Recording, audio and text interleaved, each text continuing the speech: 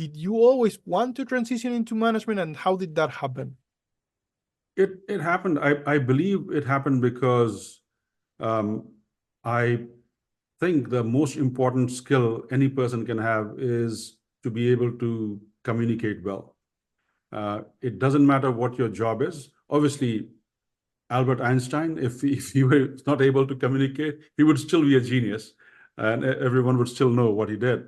But once you have these ideas, once you're trying to take a project or even a skill and help somebody, it is very important for you not just to explain what you're doing or communicate what you're doing. It's very important for you to take what the other person or other people are trying to tell you, synthesize that, and then be able to bring that back in a way that you understand easily, that they confirm you have understood.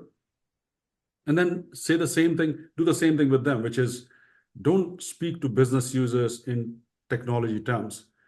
It's a very, I would almost say it's almost unprofessional to do that, because what you're trying to do is you're trying to tell them to understand your language when the business users are driving the process, they're driving the project.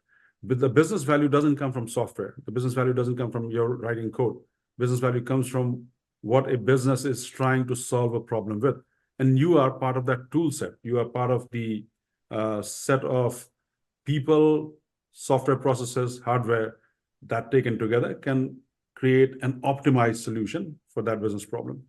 So if you can communicate well, what ends up happening is most programmers are uncomfortable communicating, in my personal experience.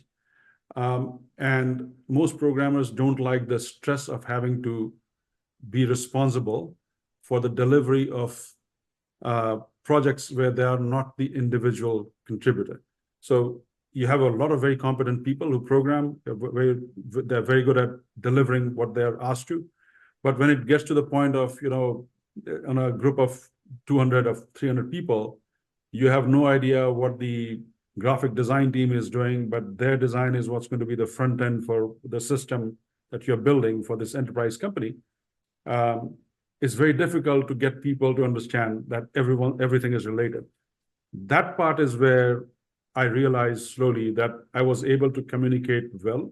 And the reason I realized that was because my clients at the time, people that I worked with, people that I worked for, used to come back and tell me that we prefer to work with you because you're able to express your ideas and you're able to understand what you're saying and express it to your team members. So that's how it started.